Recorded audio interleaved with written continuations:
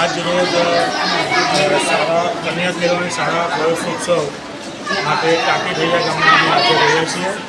અમારી સાથે licence officer છે, સરપંચશ્રી છે, ગામના સભ્યશ્રીઓ છે, એસએમસીના સભ્યશ્રીઓ છે, સ્કૂલના પ્રિન્સિપાલ, વિદ્યાર્થીઓ બધા હાજર છીએ.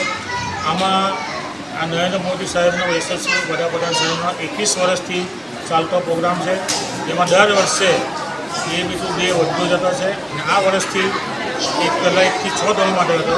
હવે 6 થી આગળના ધોરણ માટે એ લોકોએ ચાલુ કરાવેલું છે ને એમાં અમે આજે વિદ્યાર્થીઓને પ્રોત્સાહન આપીને વાલીઓને જણાવીએ છીએ કે કેવી રીતના છોકરાઓને ભણાવવા, કન્યાઓને ભણાવવા અને એના માટે વિવિધ યોજનાઓ જે સરકારશ્રી તરફથી છે એ લોકોને સ્કોલરશીપ મળે, ગ્રાન્ટ મળે અને આગળ ભણવા માટે કોઈ બી ખર્ચો એ લોકો ઉઠાવવામાં આવશે નહીં. 12 સુધી પૂરેપૂરી જવાબદારી સરકારની રહેતી છે.